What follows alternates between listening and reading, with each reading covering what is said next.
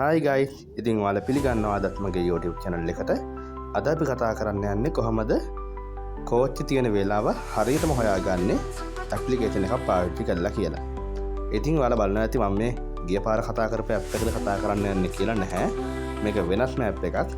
මොකද හේතුව ඔයාලට කෝච්චි තියෙන වෙලාව ඒ වගේම මේ මාකරි කෝච්චියක ප්‍රමාදයක් තියෙනවා නම් ඒක ඊළඟට ටිකට් එහෙම බුක් කරගන්නවනම් මෙන්න මේ හැමදේම ඔයාලට එක ඇප් එකකින් බලා ගන්න පුළුවන්. right?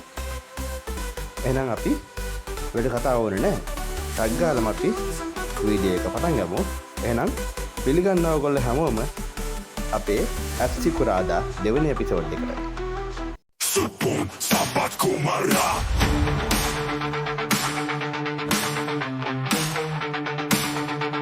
Supun sahabat Kumara.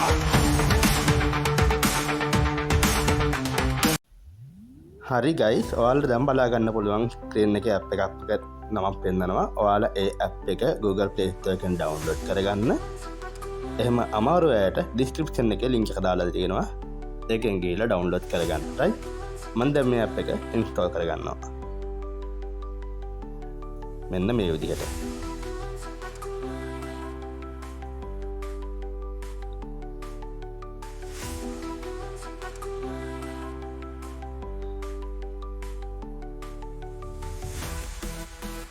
ඔන්න ඇප් එක ඩවුන්ලෝඩ් වුණා. දැන් ඉන්ස්ටෝල් වෙනවා. හරි. ඊට පස්සේ මම මේ ඇප් එක ඕපන් කරගන්නවා. මෙන්න මේ විදිහට. ඊට පස්සේ මේක allow කරන්න. right. ඊට පස්සේ භාෂාව තෝරන්න තියෙනවා. ඒක සිංහල තියෙනවා මේ defaultly. මම ඒකේ ඒ විදිහම තියලා මෙන්න මේ ඊටලේ ටච් කරගන්නවා. හරි. ඊට පස්සේ මෙන්න මේ විදිහට අපිට ඇප් එකේ user interface බලා ගන්න පුළුවන්. ඉතින් මුලින්ම තියෙනවා ප්‍රධාන පුවත් එකට ගියාම අපිට ඒ කෝච්චි ප්‍රදේශයන් සහ කෝච්චි තියෙන තැන්වල සිද්ධ වෙලා තියෙන මොනවද මේ වෙනකොට ඒ පිළිබඳ නිවුස් මෙතනින් බලා ගන්න පුළුවන් කෝච්චි සම්බන්ධයෙන්. right? මේ ගොඩ තියෙනවා.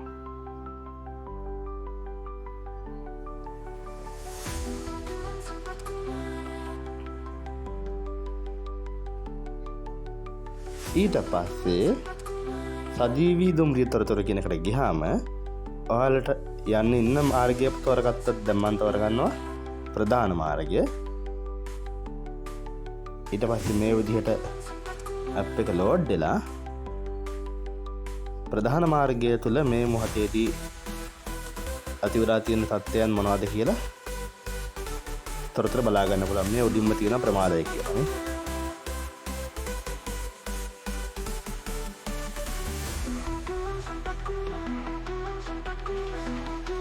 ඔය කෝච්චි ප්‍රමාද වෙන ඒවා හැමදේම මෙන්න මෙතනදී වැටෙනවා.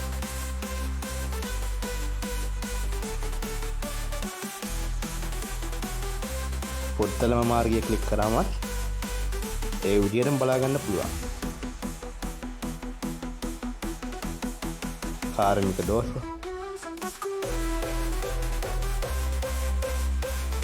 කෝච්චි අවලංගු වෙච්ච ඒවා මේ හැමදේම බලා ගන්න පුළුවන්. ඊට පස්සේ අපි යමු සජීවී දුම්රිය රේඩාර පද්ධතිය ගැන නම් අවශ්‍ය නැහැ අපිට. ඊට පස්සේ අපිට වැදගත්ම දේ තමයි මෙන්න මේ සජීවී දුම්රිය කාලසටහන කියන එක. මම ඔක ක්ලික් කරනවා. හරි. ඊට පස්සේ ඔයගොල්ලෝ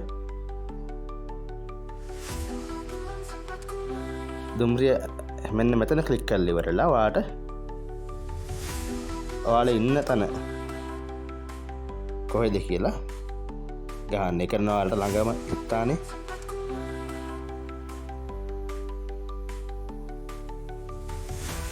හරි. පානදෙර ක්ලික් කරා.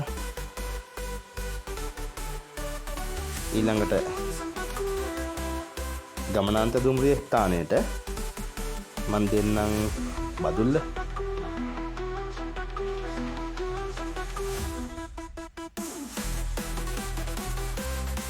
මෙන්න බදුල්ල දුන්නා.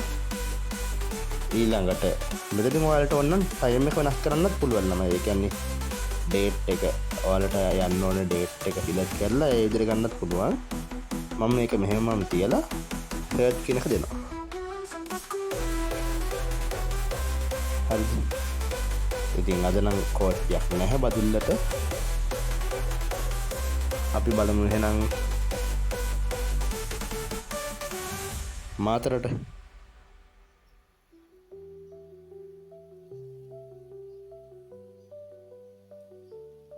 ඔන්න මාතර දුන්නා. බලමු මෙන්න තියෙනවා මාතර දුම්රිය කාලසටහන. අර කලින් ඇප් එකටත් වඩා හරිම යූසර් ෆ්‍රෙන්ඩ්ලි කරියක් තියෙනවා ඒ තියෙන විදිහට. බලන්නකෝ ඔයගොල්ලෝම කියවලා කොහොමද කියලා.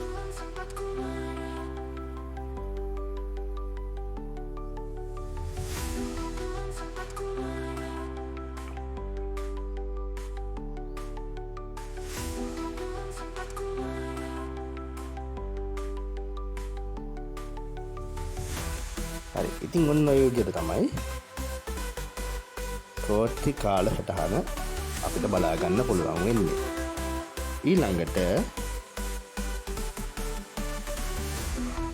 සීට් බුක් කරගන්න කට්ටියට මෙන්න තියෙනවා.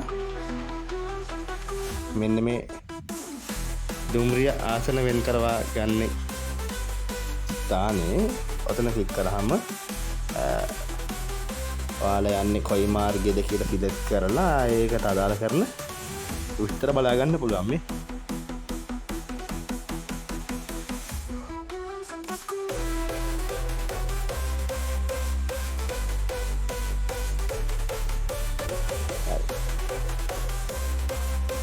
ඊළඟට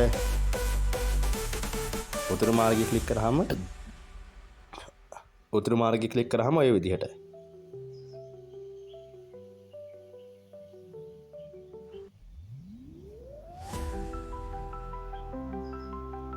ඉතින් ඔන්න ඔය විදිහට තමයි වැඩේ සිද්ධ වෙන්නේ. ඊළඟට ප්‍රවේශ පත්මිල ගණන් මෙන්න මේ තියෙන. මෙන්න මේක ක්ලික් කරාම අපිට කෝච්චි වලට අවශ්‍ය කරන ටිකට් කොහොමද කියලා බලා ගන්න පුළුවන්. මම මුලින්ම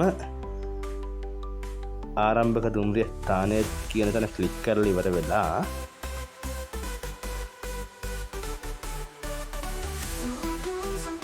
මම දෙන්නම් කොපානදුර අපි ඉස්සෙල්ලා දීපු කරමු යා.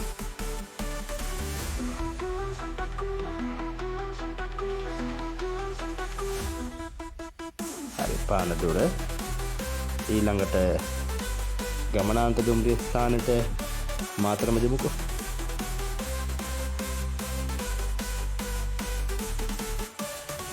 මේ විදිහට දීලා මෙන්න මේ නිල් පාට බටන් එක ක්ලික් කරා. වැඩේ උත්තරයි ළමයි. බලන්න.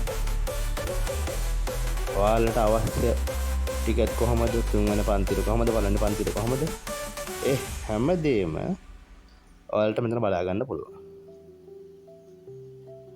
කිලෝමීටර් කීයක් තියෙනවද? ඒ හැම විස්තරයක්ම ඔයගලන්ට බලා ගන්න පුළුවන්.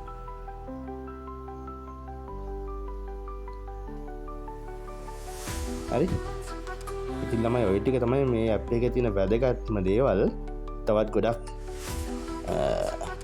පහසුකම් කිහිපයක් තියෙනවා. ඔයගොල්ලෝ ඒවා මේ තනියම හොයලා බලන්න කොහොමද කියලා. ඔයාලගේ අත්දැකීම් මොනවා හරි තියෙනවා නම් කමෙන්ට් එකක් දාන්න. ඒ විතරක් නෙවෙයි මම උදේට ස්තුතියක් වෙන්න ඕනේ මේ ඇප් එක ගැන මට කියපු හිමාෂා මදුවන්ති නංගිට. ඉතින් එයා තමයි ඔයගලන්ට මේක ඉදිරිපත් කරන්න කියලා මට මේ කීවේ. ඉතින් අද නම් ගිහිල්ලා එන්නම්. පුළුවන් මං හැම වෙලාවකම සතිපතා වීඩියෝස් කියන්න බලාගෙන ඉන්නවා. එහෙනම් හැමෝටම good bye.